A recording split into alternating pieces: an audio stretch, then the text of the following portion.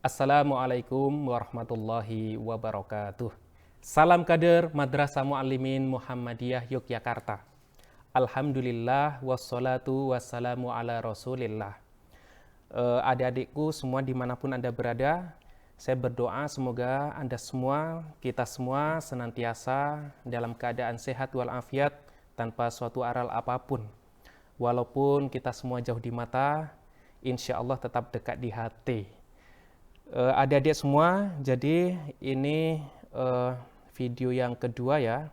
Jika yang pertama tadi atau yang pertama lalu saya menyampaikan pengantar ringkas tentang materi kemuhammadiyahan, selanjutnya untuk yang kedua ini sedikit kita memperdalam lagi, merefreshing ya, walaupun mungkin adik pernah membahas atau kita pernah membahas ini, tetapi kita refreshing kembali dan kita perdalam materi yang untuk video kedua ini, yakni tentang MADM.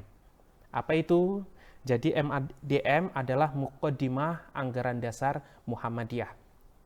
Jadi nanti adik-adik semua dalam indikator capaian atau tujuan dari penyampaian materi ini itu dimaksudkan agar adik-adik mampu menjelaskan sejarah perumusan MADM atau Muqaddimah Anggaran Dasar Muhammadiyah. Jadi kalau membahas sejarah itu terkait dengan banyak data. Kapan dia dirumuskan, siapa-siapa yang terlibat dalam perumusan itu, kemudian apa yang melatar belakangi, baik dari aspek sosiologis maupun psikologis, dan seterusnya. Selanjutnya, adik-adik semua juga diharapkan dalam pembelajaran ini nanti mampu untuk menganalisa atau menganalisis sebab dirumuskannya Muqaddimah Anggaran Dasar Muhammadiyah sebagaimana yang tadi saya sampaikan. Selanjutnya adik-adik juga diharapkan nantinya memahami hakikat dan fungsi Muqaddimah Anggaran Dasar Muhammadiyah. Jadi apa urgensinya? Kenapa ini penting untuk disusun? Selanjutnya nanti adik-adik juga diharapkan mampu memahami matan atau isi yang terkandung di dalam rumusan Muqaddimah Anggaran Dasar Muhammadiyah tersebut. Dan selanjutnya adik-adik diharapkan mampu untuk hafal.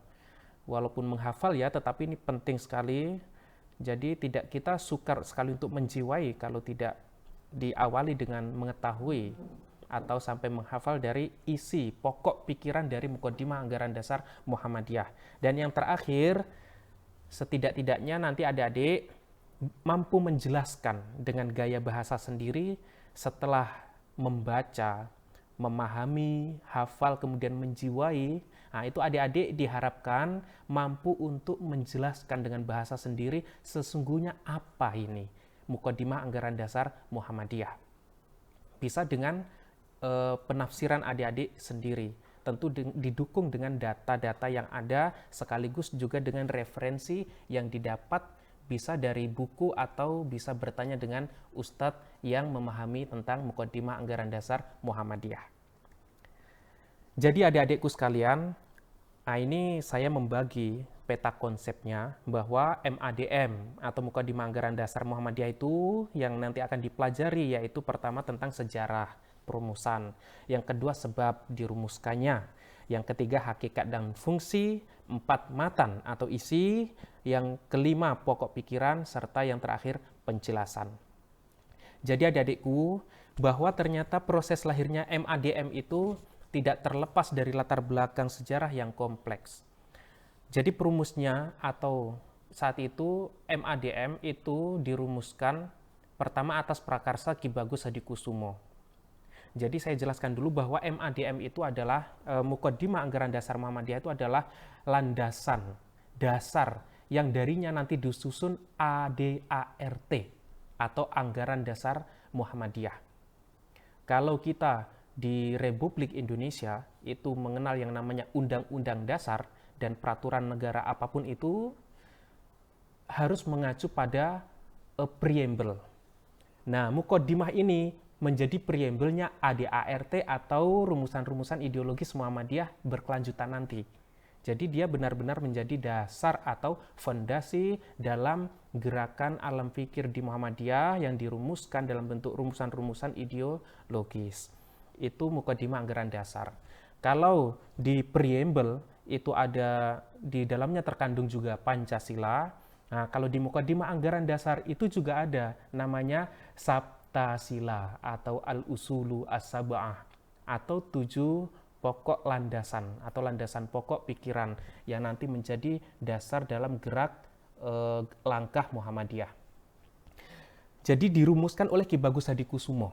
Itu Mukadimah Anggaran Dasar Muhammadiyah. Yang Ki Bagus Hadikusumo itu juga menjadi salah satu perumus Pancasila.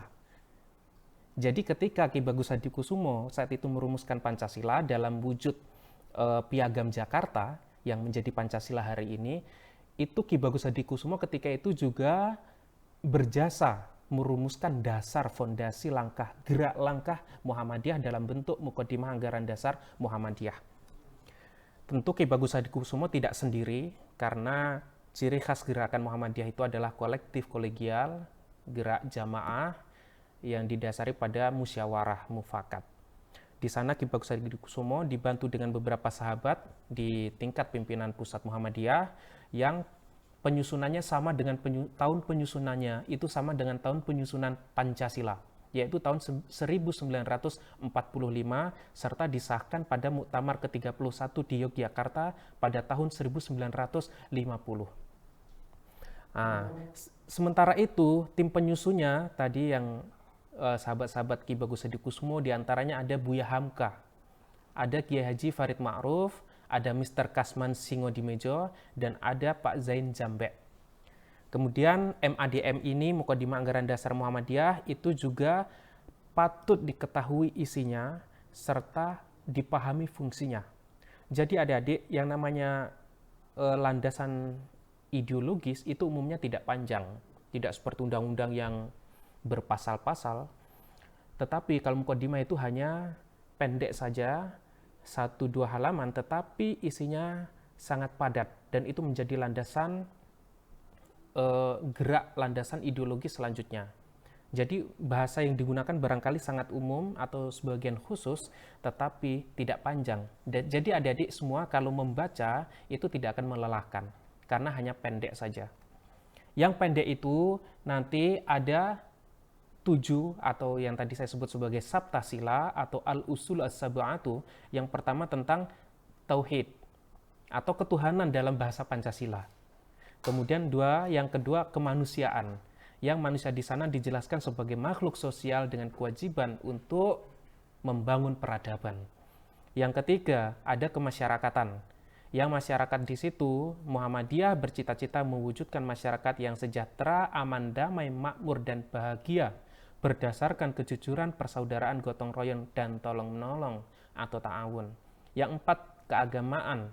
Ada paham agama di sana. Apa itu agama bagi Muhammadiyah? Yang kelima, ittiba' Nabi. Dalam segala aspek kehidupan termasuk dalam hal pembangunan peradaban itu menjiwai spirit dari Nabi Muhammad Shallallahu Alaihi Wasallam. Selanjutnya yang keenam, dakwah amar ma'ruf dan nahi mungkar.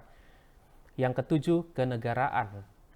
Ternyata Muhammadiyah walaupun sebagai gerakan masyarakat yang fokus pada kesehatan sosial, pendidikan, itu Muhammadiyah juga punya concern untuk bagaimana turut membangun negara.